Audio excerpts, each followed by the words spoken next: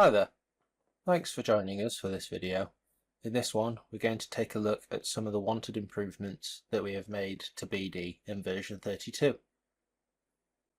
The first most wanted improvement we have added to the software is the inclusion of adding eave trims to mono roofs, like shown on screen. This is now available within version 32 of BD. Now, when you select this type of roof and add eave trims from the library, where you have this type of join available to you, it will now automatically add eave trims, so no longer do you require to edit these manually.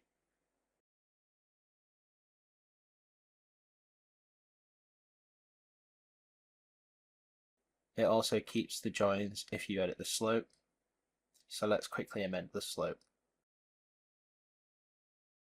As you can see, it keeps the joins between the trims. This change now helps you with these automations when modelling roofs. It also takes into account different roof shapes. For example, as you see here, where one of the parts of the roof intersects with the wall. As you can see, when we apply the same set of trims here, it recognises that you don't need trim where the roof intersects with the wall. Here is another example. As you can see with this offset roof, the trim is successfully applied based on both slopes of the roof and their position without any issue. Next, we'll be taking a look at our new model tree and beam panel filtering tools. We have made changes here to make it easier for you to find beam panels in big projects and have updated our model tree truss number order to alphanumeric.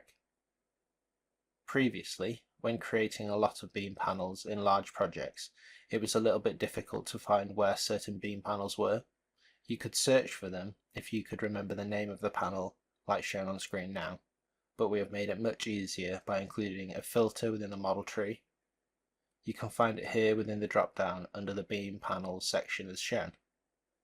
This makes it much easier and quicker for you to filter through your beam panels whenever you require to make any changes, etc.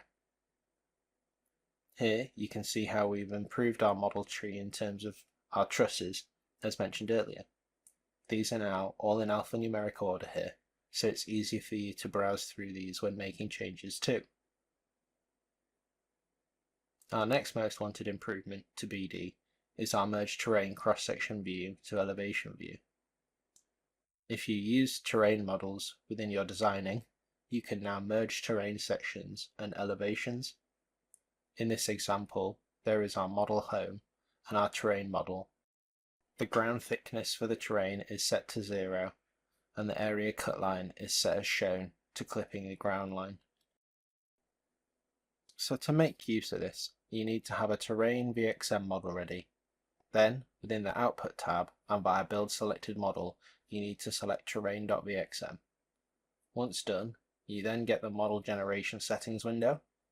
You need to select terrain.vxm from the Drawings and Models section and Terrain from the Objects section, and you can then hit OK and continue. So now that's done, let's make a terrain section view from the right hand side. Here, in the Architectural Documents section of the document browser, and under Sections is the Define Cross-Section Terrain View option. We select this and then choose terrain.vxm and hit OK. We then select our wall and press V on our keyboard, and then BD automatically makes the section view based on the wall. We can edit this a little bit to show all the terrain as required. You can click here to see the cross-section settings, and our defaults are as shown for this.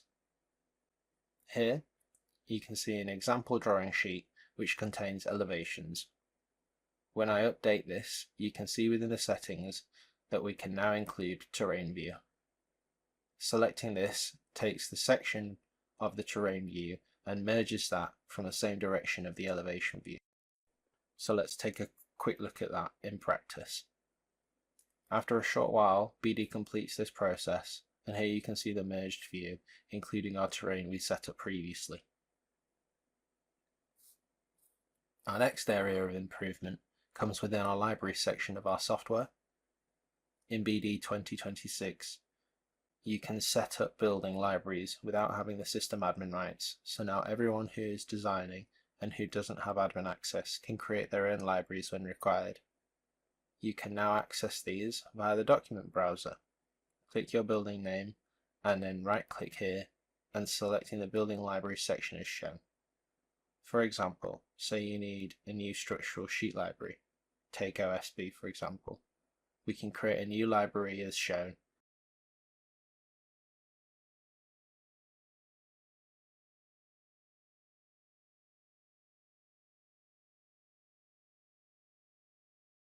And now when you are adding a sheet from the library, as you can see here is our newly edited and created library and sheet ready for use within our building projects.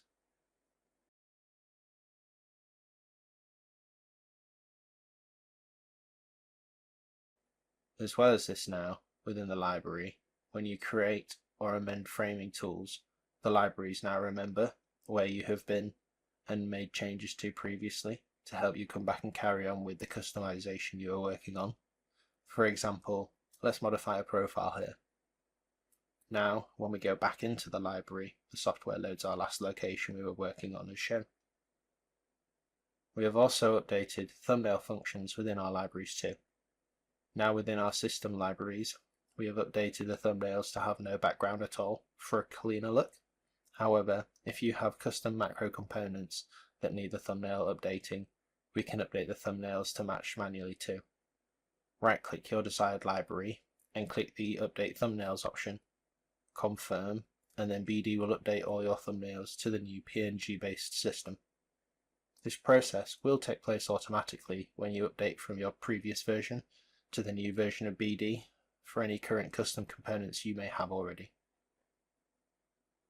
Next up, as part of our most wanted changes we have made within version 32, is adding in the ability to protect panels and multiple layers at the same time. Often there are situations where you're required to make a change to a panel but want to make sure no changes will be made to the others.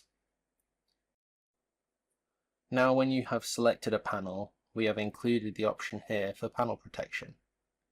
With that selected, now when we try to amend a protected panel, BD will first notify us that the panel is protected and asks if we would like to continue to amend the panel. This can also be utilized to protect multiple layers at the same time. Using this method, as you can see, we can select a few and choose to protect parts. And now if we try to amend them, we get the same notification message about the items being protected. These actions make it much easier to make sure you don't accidentally amend panels or layers inadvertently. Next, we will take a look at our improvements to adding service holes within the framing tool. Now within the framing tool, you have the option to select the service holes as you require. You can select the service hole type for your joists, the start and spacings, service hole blockings, and also these for headers too. Let's create a panel and include some service holes and take a look at these. We will do this to a basic example panel. When we generate our panel, BD automatically applies our selected service holes, which we can now see when we filter to our framing view.